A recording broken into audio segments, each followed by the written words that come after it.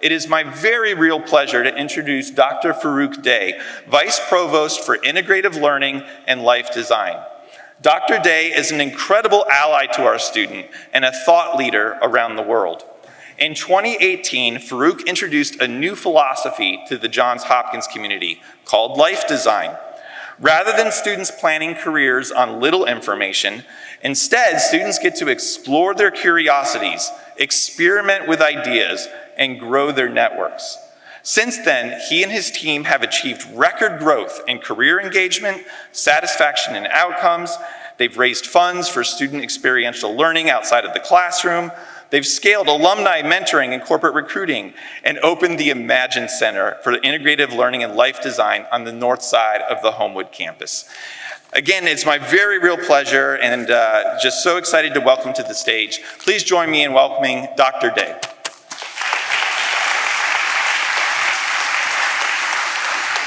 Thank you, sir.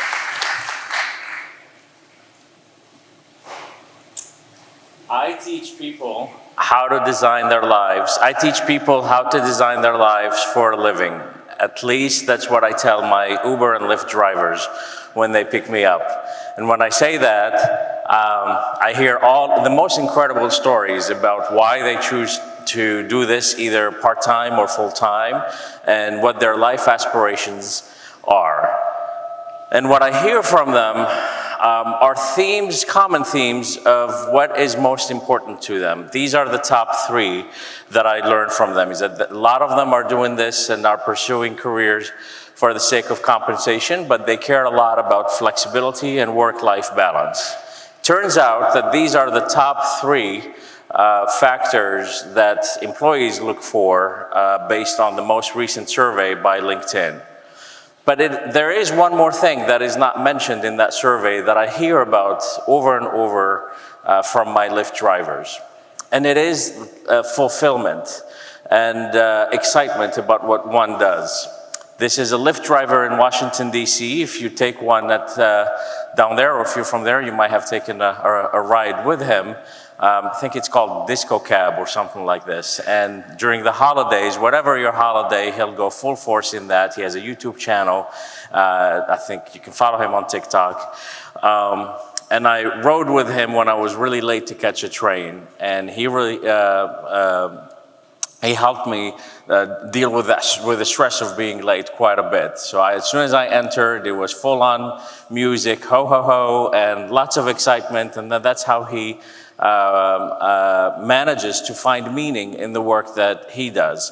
Or meet Mr. Han, another Lyft driver here in Baltimore, who is a former US vet turned architect and designer. And as he was driving me around the city, he was showing me all the buildings he's worked on with other teams to design. And after he retired, he got a license plate that he titled Service, because he truly cared about service. And that's what he really wanted to do. And he used Lyft driving to do that, not for the money, but really for the fun and for the excitement and for being in service for others. It was one of the more memorable journeys that I've taken with a Lyft driver. If you take Lyft, by the way, this is not endorsement for Lyft, it's just the one that I take the most. What I've learned from all of these Lyft drivers is that they're all chasing fulfillment and chasing meaning in their careers. And what I've learned is that you don't find it with the traditional methods that you might have learned throughout your entire life. You don't try to fit yourself in exactly perfectly in the way that you think society wants you to be. Imagine it to look a little bit like this, you know, like the old widower putting balloons up on a house, headed for a different destination, and seeing what happens, you know, taking all the risk that is involved in that. You see, throughout your entire lives, you have been taught for you to find your passion. What is your passion? And try to find that. But the truth is that this is the most incredibly stressful question that you shouldn't have to ask. What is your passion? For that passion is for you to construct, to design, to build, not to find. Let me share a little bit more about that. The best way to find your passion is to start first by getting insanely curious. What are you most curious about is the question you should be asking yourself as a first-year student here at the university, not what am I passionate about or what do I want to do with my life. So let's play a little game here. Pretend or imagine that in the next 5 years, nothing will change in your life and you will stay the course. Whatever course you're on now, you will stay on it. And try to think for a quick second what the outcome will be. Where will you be in the next 4 to 5 years? Most likely you can predict with great accuracy if nothing changes where you will be. There is very little uncertainty, there's more comfort, less anxiety, less stress, but also less of those butterflies in your stomach, you know, in your gut, that feeling of excitement that maybe many of us really long for. Now let's think of plan B. What would happen if you had a curveball in that journey throughout the next 4 to 5 years? Where do you think your life will be in the next 4 or 5 years if you stayed the course, but something outside of your sphere of influence changes that course? That sometimes can be a tragedy. Sometimes it can be something really exciting.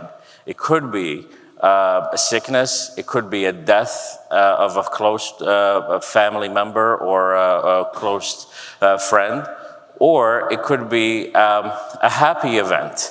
You could meet someone here at the university, and you could come up with a great idea that you decide to pursue.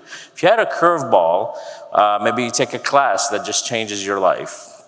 Maybe you fail a class, and that'll change your life, and it'll move you in a different direction. Now you have a little bit less certainty about the future, but probably more anxiety, but more excitement about it. Now let's think about Plan X. What would it look like if you pursued Plan X, which is your wildest and craziest idea that's in your gut that maybe you haven't verbalized before, or you have. Maybe you're afraid that people won't take you seriously or will think that you are crazy for thinking even that. What would happen if you actually really pursued it and you took the greater risk to do it? Similar to the old widower who put balloons up in the house and decided to just go. What would happen if you made your most audacious move? The truth is that in 5 years, you really don't know what the outcome is. You are not sure what risks you're really taking. Will you fail? How often will you fail? Will the failure be catastrophic? There are lots of questions about what will happen, but one thing is for sure, is that you will reach a certain level of excitement about this future direction that could literally change the rest of your life. And that is really what our conversation is today, is what would happen if you dared to fail often and failed in a spectacular way and try things out in the most exciting ways. This is really what is called life design, a methodology that we use here at Johns Hopkins University. It's the idea for you to empathize and connect with your deepest areas of curiosity, try them out, prototype them all the time, get more and more comfortable with the concept of failure, and connect with people who can help you open doors as you move forward. It is also called planned happenstance. What would happen if you just took a chance and tried things out in the craziest way, and you will really get curious, you are persistent, you're flexible, you're optimistic, and you're really taking risks. What we've learned through our work with students, and what I've learned for the last 20 years of doing this type of work, is that there are 3 profiles of highly fulfilled and highly successful people. You want to know what they are? First, they're highly curious.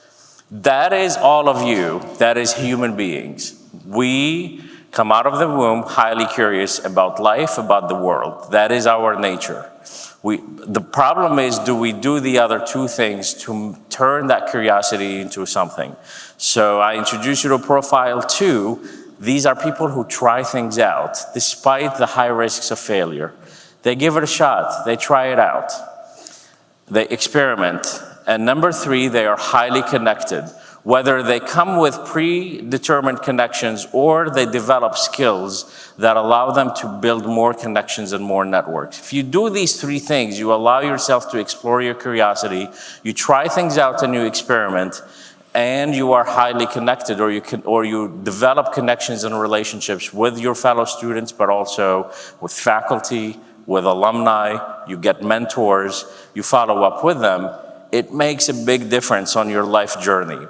So the idea here is for you to really shift how you're going to proceed in your next few years of college by constantly getting curious, trying things out, and talking with people and connecting with people, because what that will get you is knowing stuff, getting good at stuff, and knowing people. You do that by consuming content and programs and courses that will get you the know stuff. It's to experiment all the time through internships and undergraduate research and study abroad and entrepreneurship and on-campus jobs and leadership and getting involved and knowing people, not only your class and other students, but also the alumni community, the employers and companies that come and engage with us, the investors, the people who make Johns Hopkins what it is today. That is how you get to passion. You don't go and find it. It's not a scavenger hunt. College is not a scavenger hunt. You construct your passion by getting good at what you do and by connecting with people who have similar values. So this all reminds me of my most recent Lyft driver experience. This is a guy who dropped out of his job in order to pursue his full career in music. You can find him on Apple Music, and he is really putting it all out there for the world to see. So for you, this is what I wish, is that you have the bravery and the courage to fail often, and fail in spectacular ways, and try things out by pursuing your curiosity and connecting with lots of people. And as Joseph Campbell says in my most preferred quote, if the path before you is clear, you are probably on someone else's. So go on and plan and pave your own pathways. Thank you very much.